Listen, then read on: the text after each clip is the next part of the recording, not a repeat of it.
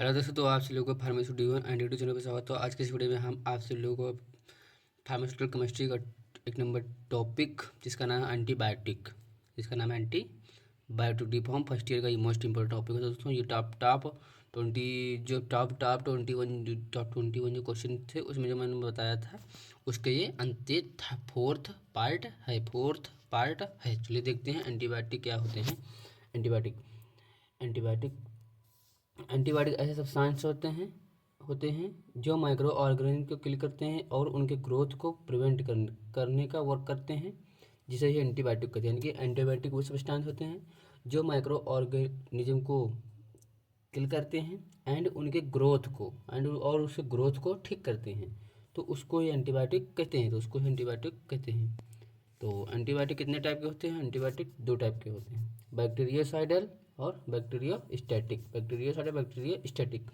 तो बैक्टीरियोसाइडल जो होते हैं यह माइक्रो ऑर्गेनिज्म को किल करने में यूज किए जाते हैं, और बैक्टीरियोसाइडल जो होते हैं ये माइक्रो ऑर्गेनिज्म के ग्रोथ को रोकने के लिए यूज किए जाते हैं। ठीक है, तो फिर उसके बाद है क्लासिफिकेशन देख लेते हैं। Classification of antibiotic based on their chemical base, यानी कि ये जो बताएंगे केमिकल बेस पे, जिस पे हेडिंग डालेंगे बी इलेक्ट्रम एंटीबायोटिक। बी इलेक्ट्रम के अंदर आता है पेनिसिलिन, अमोक्सिसिलिन, स्ट्रेप्टोमाइसिन, जिंटामाइसिन। ठीक है, ये हो गया बी इलेक्ट्रम एंटीबायोटिक। फिर है मैक्रोलाइड एंटीबायोटिक, जैसे अजिथ्रोमाइसिन। ठीक है,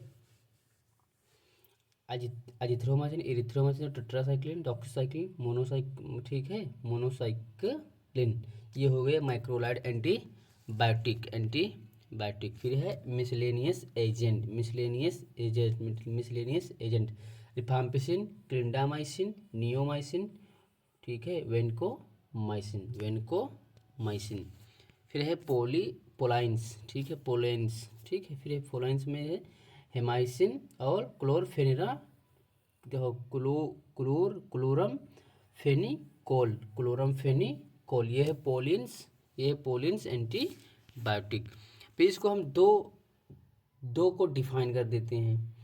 दो पेनिसिलिन फर्स्ट एंटीबायोटिक, यानी कि जो पेनिसिलिन थी ये फर्स्ट एंटीबायोटिक थी। इसकी सबसे पहले 1941 में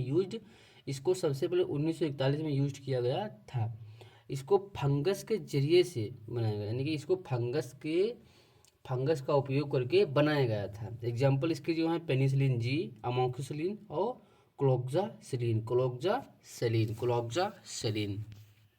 फिर है यूजेज स्टेप्टोकोकस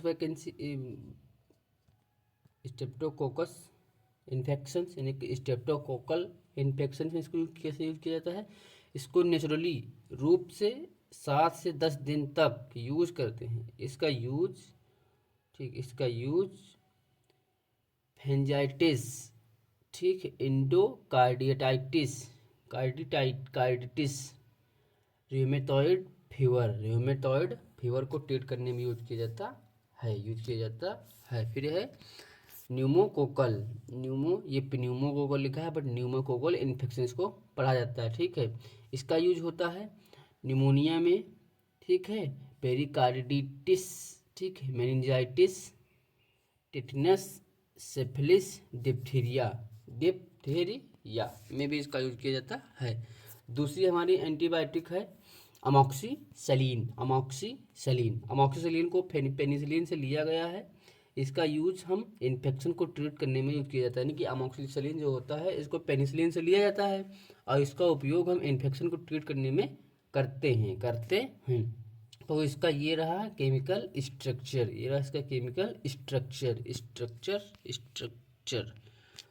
फिर फार्मास्यूटिकल फॉर्मुलेशन है, किस फॉर्म में हमको ये बाजार से प्रोवाइड होती है, मार्केट से प्रोवाइड की जाती है। टैबलेट फॉर्म में, कैप्सूल फॉर्म में, सस्पेंशन फॉर्म में। फिर लिखेंगे पॉपुलर ब्रांड नेम। तो अमोक्सिल, ट्रीमैक्स, मोक्सटैग, ऐसे एक ये भी होता है अमोक्सिस सीवी करके भी एक आता है ब्रांड नेम। ठीक, जो बहुत फेमस भी हमारा ब्रांड होता है। फिर है stability and storage condition, stability and storage condition. तो मैंने इसमें लिख दिया है सभी वही वाले लिखना है, ठीक है। तो कौन से लिखना है मैं बोले दे रहा हूँ, आप लोग लिख लेना।